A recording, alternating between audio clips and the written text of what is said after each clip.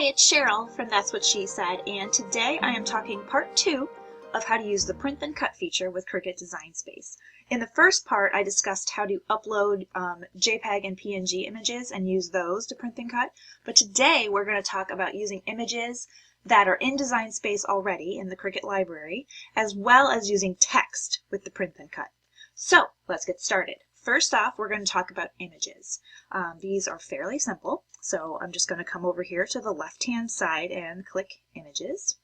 And then up in the search bar here, I am going to type rainbow. I need a rainbow today. We all have those days. So, a little quick before I choose, I'm going to choose this guy right here.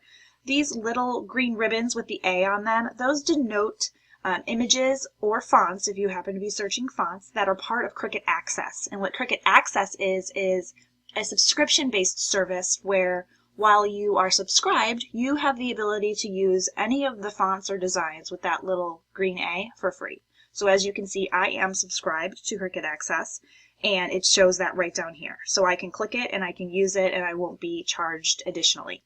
If you don't want to do the Cricut Access, that's not a problem either. You can purchase a font or a single image on an as-needed basis as well. So I'll leave a link to Cricut Access down in the description of this video if you're interested.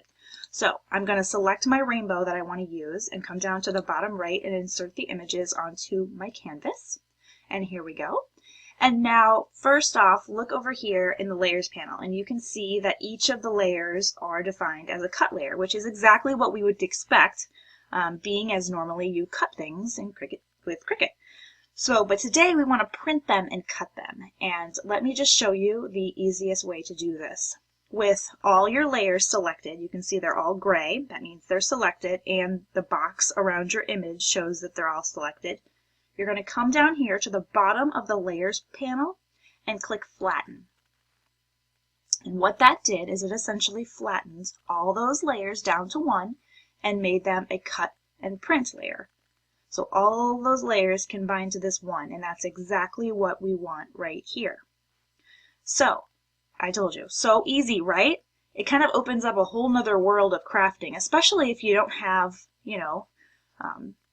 5 different colors here, a different color pink, you need the black, the white, the off-white, to layer this, or the time to layer all these layers. You can just print them and cut them on your home printer, which can save so much time for certain projects. So that is the image, which I think is just awesome. Something to note is that the maximum size for a print then cut area is 6.75 inches by 9.25 inches. So my design is within those parameters, so I'm fine. But if not, I would just resize it so that it would fit.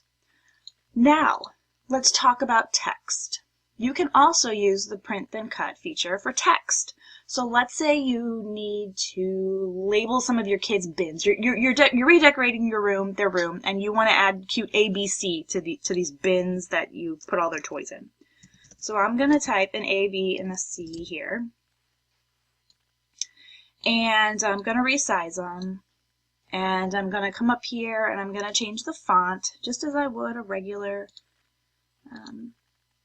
if I was just doing any project, I'm just changing the font to what I like, and let's choose a color that I like. Whatever color you choose is what it will print as, just so you know.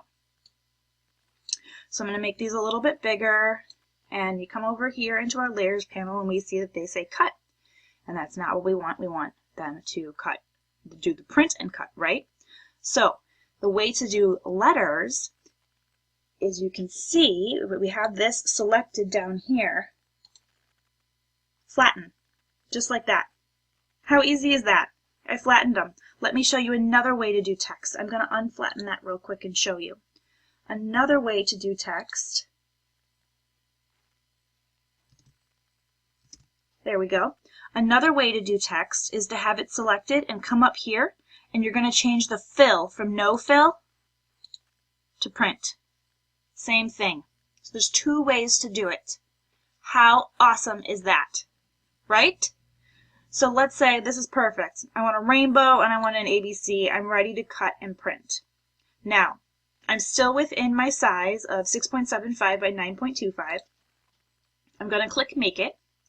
And here it's going to show you how it's going to print out essentially and how you're going to put it on your mat. So as normal, you're going to put it in the upper left-hand corner, this piece of white cardstock here, and this is how it's going to print. Do not be alarmed for the black border. That black border is what the sensor in your Cricut, a lot of people don't know that the carriage in your Cricut where you put your tools and your pens, there's a sensor underneath there. And what that does is it reads these little black lines. It'll read the lines on all four sides so that it knows exactly where it needs to cut. So pretty cool. So now I'm going to click Continue, and now I'm going to connect my machine, which I'm using my Maker. You can use any machine from the Explore series on. So the Explore, Explore Air, Explore Air 2, and the Maker. So I've connected my Maker, and then I'm going to click Send to Printer. And what that's going to do is allow me, it opens this little pop-up screen here, and it allows me to choose my home printer, which is this one right here, the number of copies I need. This add bleed, I always leave that on. What that does is it extends the ink, your design, out a little bit further, so when it cuts, you don't get a white border. So I normally leave that on, and then I'm going to click Print. So I've printed that on my home printer, and I've placed it onto my blue mat. And now I like to use the blue mat, the light grip mat, when I'm using cardstock. And so now I'm going to come select my material, which is cardstock right here. And now it's going to tell me it's ready. I need to load my fine point blade, which is already in there, and I press the arrow and load my mat. Then I'm going to press the Cricut C, and I'm going to get to cutting.